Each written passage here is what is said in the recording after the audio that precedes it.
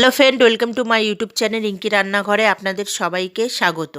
আজকের আমি যে রেসিপি আপনাদের কাছে শেয়ার করব সেটা হচ্ছে ডালিয়ার নিরামিষ খিচুড়ি। তাহলে চলুন এই ডালিয়ার খিচুড়ি বানানোর জন্য কি কি উপকরণ লাগে আপনারা অবশ্যই দেখে নিন। প্রথমে এখানে লাগছে ডালিয়া। আমি এই কাপের 2 কাপ ডালিয়া নিয়ে ধুয়ে জলে ভিজিয়ে রেখেছি। লাগছে মুগ ডাল। মুগ ডাল আমি নিয়েছি এই কাপেরই 1.5 কাপ মুগ ডাল। আর লাগছে ঘি, সাদা তেল, গুঁড়ো মশলার মধ্যে কাশ্মীরি লঙ্কা গুঁড়ো 1/2 চামচ, হলুদ, জিরে গুঁড়ো, ধনে গুঁড়ো আর গোটা জিরে আর গোটা তেজপাতা। সবজিগুলোর মধ্যে লাগছে মটরশুঁটি, ফুলকপি ছোটো করে কেটে রাখা কুমড়ো, গাজর কুচি, বিনস কুচি, টমেটো কুচি, গোটা 4 কাঁচা লঙ্কা, সিমলা মির্চ কুচি আর 2 টুকরো আদা। তাহলে চলুন রেসিপি শুরু করি। প্রথমে আমি কড়াইতে ডালটা দিয়ে দিচ্ছি, মুগ ডালটা আমি এখানে ভেজে নেব। মুগ ডালটা ভালো করে ভেজে নিচ্ছি আমি, যেহেতু খিচুড়ি হবে ওই জন্য মুগ ডালটাকে ভালো করে ভেজে নিতে হবে। আমি এখানে শুকনো খোলায় মুগ ডালটা ভালো করে ভেজে নিয়েছি। দেখুন ডালটা ভালোভাবে ভাজা হয়ে গেছে। এবার আমি অন্য কড়া বসিয়ে দিচ্ছি, ওইদিকে ডালটা আমি ধুয়ে নিয়েছি। এবার সাদা তেল দিয়ে আমি গোটা তেজপাতা, গোটা জিরে ফোড়ন দিয়ে দেবো। দিয়ে এবার আমি ফুলকপির টুকরোগুলো দিয়ে দিচ্ছি, দিয়ে একটু ভেজে নেবো।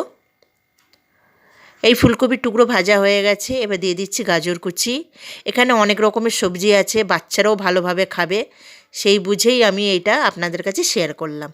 এবার দিয়ে দিচ্ছি বিনস, তারপরে কেটে রাখা কুমড়ো, দিয়ে একটু নাড়াচাড়া করে নেব।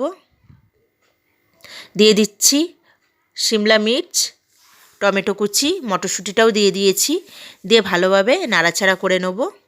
নিয়ে এবার স্বাদ মতো নুন দিচ্ছি, দিয়ে ভালোভাবে সবজিগুলো ভেজে নেব। সবজিগুলো এইদিকে ভাজা হয়ে গেছে।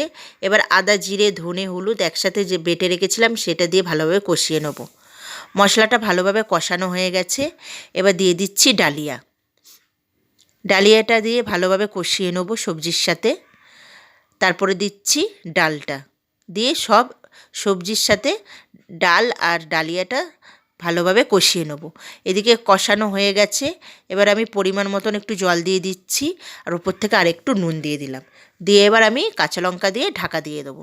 কিছুক্ষণ ঢাকনা খুলে খুলে আমি ওটা দেখে নিয়েছিলাম, আবার একবার খুলে নিচ্ছি। নিয়ে ভালোভাবে এবার ডালিয়াটাকে নাড়াচাড়া করে নেব। ডালিয়াটা এখানে রেডি হয়ে গেছে। এবার আমি ওপর থেকে ঘি দিয়ে দিচ্ছি। এখানে ডালিয়া রেডি। আপনারা অবশ্যই নিরামিষ দিনেও এই ডালিয়া বানিয়ে খেতে পারবেন। আর আমার চ্যানেলটিকে আপনারা অবশ্যই সাবস্ক্রাইব করবেন, লাইক কমেন্ট শেয়ার করবেন, যাতে আমার নতুন নতুন রেসিপি আপনাদের কাছে পৌঁছায়। তার জন্য বেল আইকনটাকে অবশ্যই